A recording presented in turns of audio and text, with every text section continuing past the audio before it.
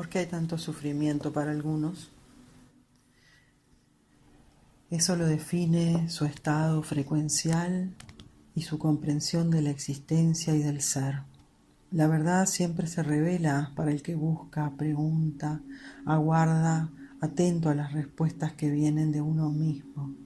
La invitación y apertura a recibir es lo importante. De esa forma la guía es más consciente y potente. Se observan las sincronicidades que de otra forma pasarían desapercibidas. Hay mucha información en la Tierra que está trastocada y lleva a confusión y desilusión. Hay información que lleva el miedo y la desesperación. Pero nada tiene que ver con Dios o lo divino. Son sus propias creaciones erradas por no comprender las altas frecuencias, todo abarcantes de la divinidad, de la luz y amor. Muy pocos alcanzan el estado de éxtasis que se requiere para verdaderamente dirigir la energía hacia creaciones positivas y hermosas. Todos los días muchos eligen conectar y alimentar falsedades y oscuridad. ¿Por qué? Si se siente mal al hacerlo, ¿cómo es que no se detienen? Y así es que permanecen imbuidos en su propia frecuencia oscura. Ella no es más que su propia creación.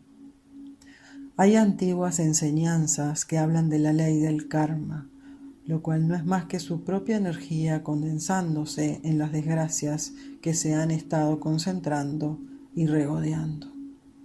Tristemente observamos que así sucede.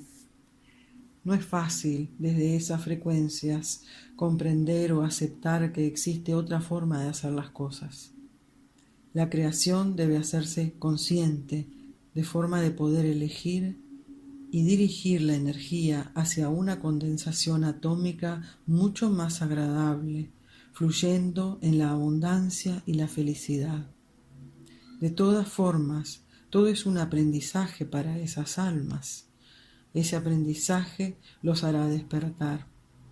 La guía de su ser está siempre presente, aunque un poco acallada por tanto ruido externo.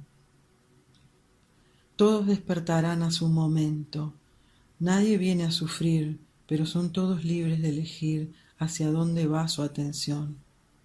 ¿Recuerdan las palabras de aquel libro de un gran maestro que decía: allí donde está tu atención, allí estás tú? Les proponemos analizar a dónde ponen su atención durante su día. ¿Está en cosas hermosas y positivas y reafirmantes del amor y la luz? ¿O está posada en desgracias y oscuridad? Si hacemos un porcentaje diario, ¿cuánto fue de la luz y cuánto de la oscuridad?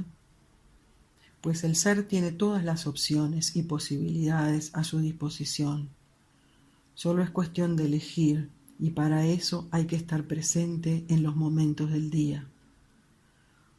Muchos se acercan con historias o comentarios infelices, y si en vez de detenerlos y no aceptar esa energía, ustedes la aceptan y se prestan a escuchar, estarán creando su propio momento o días desde esa frecuencia desagradable. ¿Cómo esperan crear algo bonito si añaden elementos desagradables?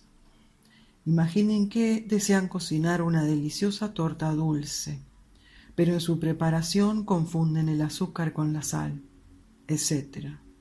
¿Cuál sería el resultado? Pues así es la vida. Cuando logren ser conscientes de que crean su realidad a cada paso, entonces serán más cuidadosos con su atención. Eso es el verdadero amor y respeto por uno mismo. Eleven sus pensamientos a la luz y la felicidad, de forma que su realidad comience a reflejar esos ingredientes a partir de ahora, y la verán cambiar maravillados de lo que se manifestará. La vida es un fluir, es una creación constante. Maestros de la luz. Ideas prácticas para subir la frecuencia. Controlar lo que se escucha. Cuidado con la TV e informaciones discordantes.